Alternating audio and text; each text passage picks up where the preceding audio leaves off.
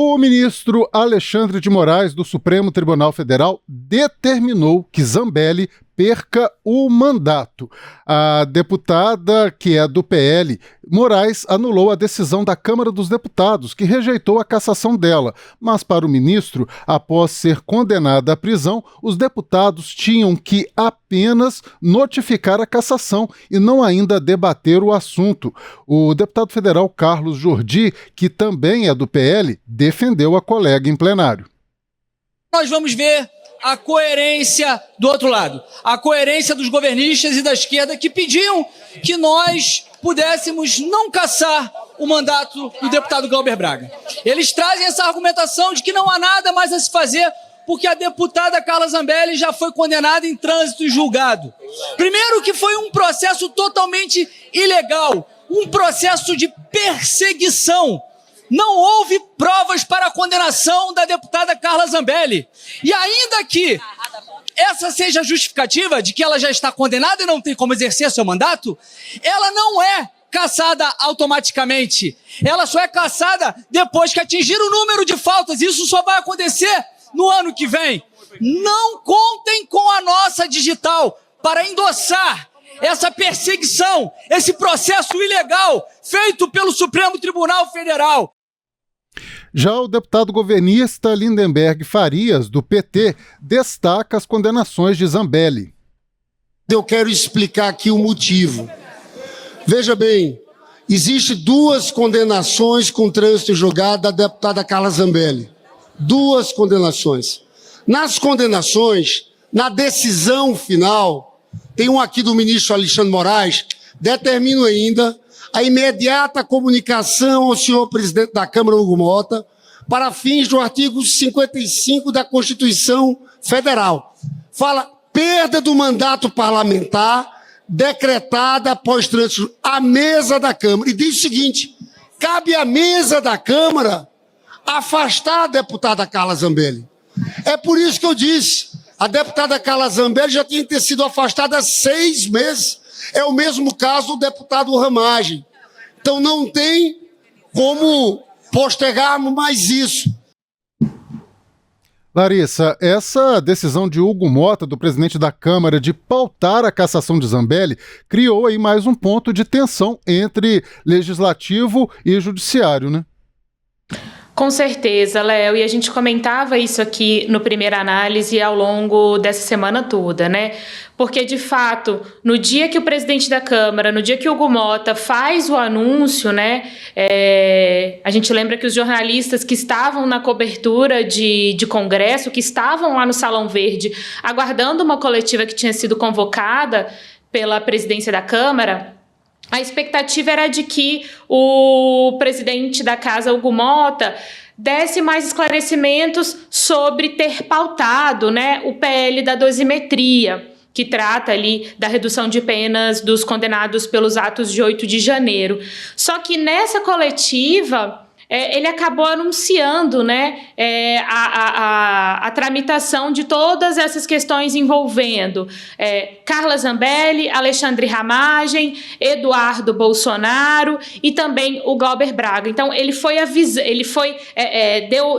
decidiu, né, anunciou que havia decidido colocar, então, tudo isso para caminhar na Câmara. E aí, quando ele faz esse anúncio a respeito de que levaria ao plenário, especificamente, a questão da Carla Zambelli, né, já era, portanto, não seguindo uma recomendação, uma determinação do Supremo Tribunal Federal, porque o Supremo já estava ali ordenando que ela perdesse o mandato, ou seja, não seria necessário levar a plenário, seria uma ação, uma atitude ali da mesa diretora da Câmara dos Deputados. Então, é claro, né?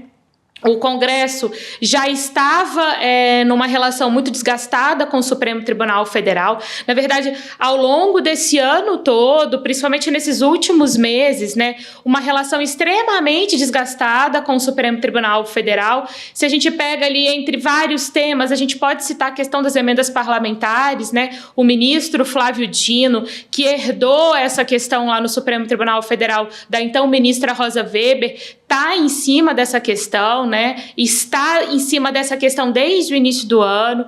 Então, em função disso, dessa cobrança por mais transparência, por mais rastreabilidade, entre outras questões, essa relação também foi se desgastando. E aí, quando vem, portanto, o presidente da Câmara fazendo essa determinação de que o plenário analisasse, o plenário acaba salvando o mandato da deputada Carla Zambelli, essa situação de desgaste fica ainda mais evidente. Mas aí, Léo, eu queria citar um trecho da decisão do Moraes ontem, determinando, portanto, né, que fosse declarada a perda do mandato, ainda que essa questão esteja sendo analisada, aliás, vai começar a ser analisada no plenário virtual do Supremo Tribunal Federal a partir das 11 horas da manhã, né? Os ministros vão analisar ali, postar os seus votos no sistema do Supremo Tribunal Federal de 11 da manhã até 6 da tarde.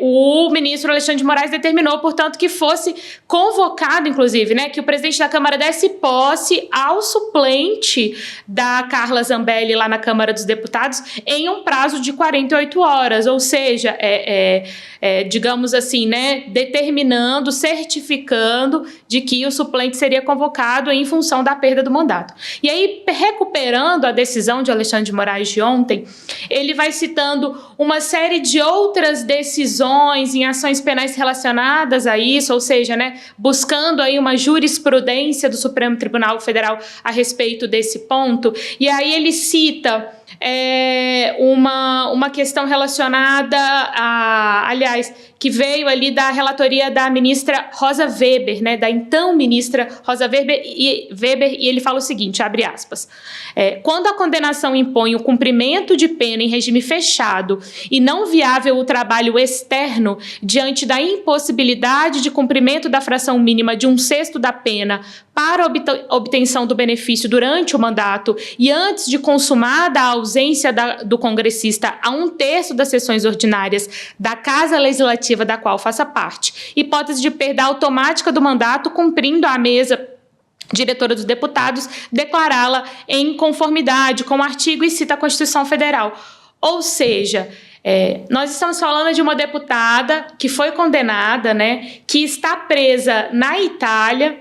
E aí a gente se questiona qual é a condição dela continuar exercendo o mandato nessas condições, né?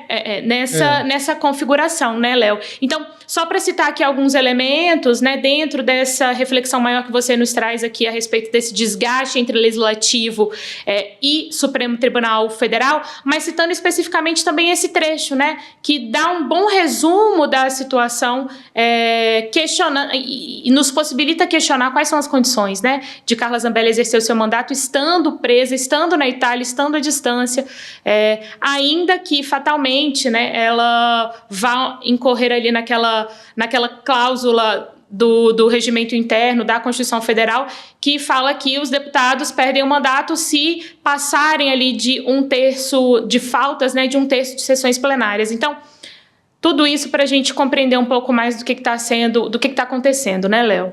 E não é fácil compreender mesmo não, Larissa, porque a avaliação é que essa falta de habilidade política do Hugo Mota em pautar a votação da Carla Zambelli juntamente com o Glauber Braga gerou ali uma confusão, porque a gente já tem até espectador participando aqui da nossa live, justamente, mas por que o Glauber Braga também não foi cassado por determinação do ministro Alexandre de Moraes? Porque são duas coisas totalmente diferentes, né? Como você muito bem explicou, a Carla Zambelli já está condenada, o que não aconteceu e nem vai acontecer com Glauber Braga, porque ele não está sendo julgado pelo Supremo Tribunal Federal. Agora resta saber qual vai ser a postura de Hugo Mota diante de Alexandre Ramagem. A gente já tem alguma indicação do que ele vai fazer? Se ele vai colocar em plenário, se ele vai fazer como o Alexandre de Moraes está determinando, só mesmo ratificar a cassação? Olha, Léo, até antes dessa decisão de ontem do Moraes, o Hugo Mota já havia anunciado que levaria a questão do Ramagem também a plenário e muito provavelmente isso ocorreria na quarta-feira da semana que vem, né? Isso havia sido anunciado pelo presidente da Câmara de que iria a plenário, dando aquele prazo de 5 sessões para a apresentação da defesa, né? Da defesa dele.